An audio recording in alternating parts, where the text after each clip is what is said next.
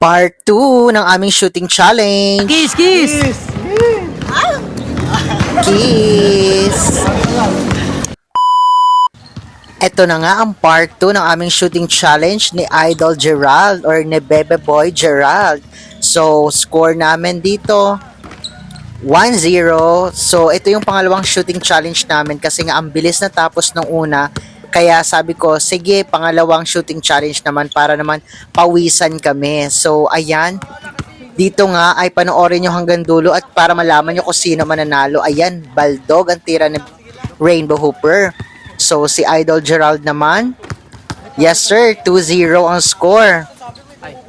So, dito, mananalo na kaya sa atin si Idol Gerald kasi sa first shooting challenge ay panalo ako. So, dito, 0 ako, na 0 ako dito. Wala. 2-0 ang score.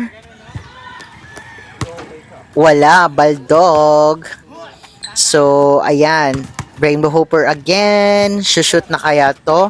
Wala pa rin. So, ayan. 2-0 ang score namin. Papasok kaya to? Yes, sir. 3-0. OMG, na zerohan ako dito. Itlog, betlog.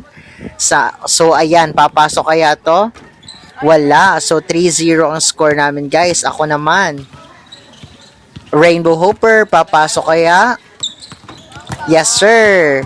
1-3 ang score. So, ayan ha. Walang edit yan ha. Baka naman sabihin nyo, edit na naman.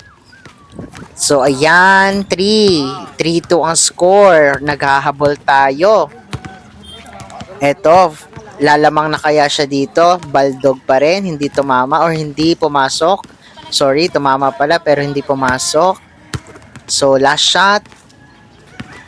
Yes, pumasok. 4-2. So, kalahati, guys.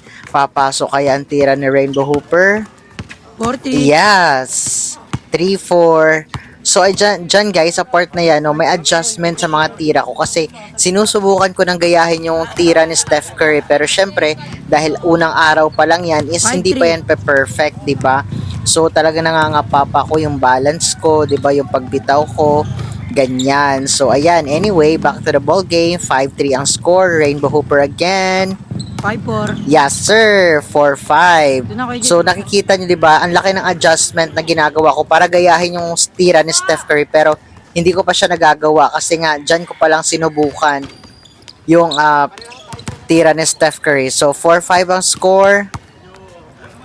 Okay, Idol Gerald. Wala, hindi pumasok. So, last shot. Lalamang na kaya siya sa atin.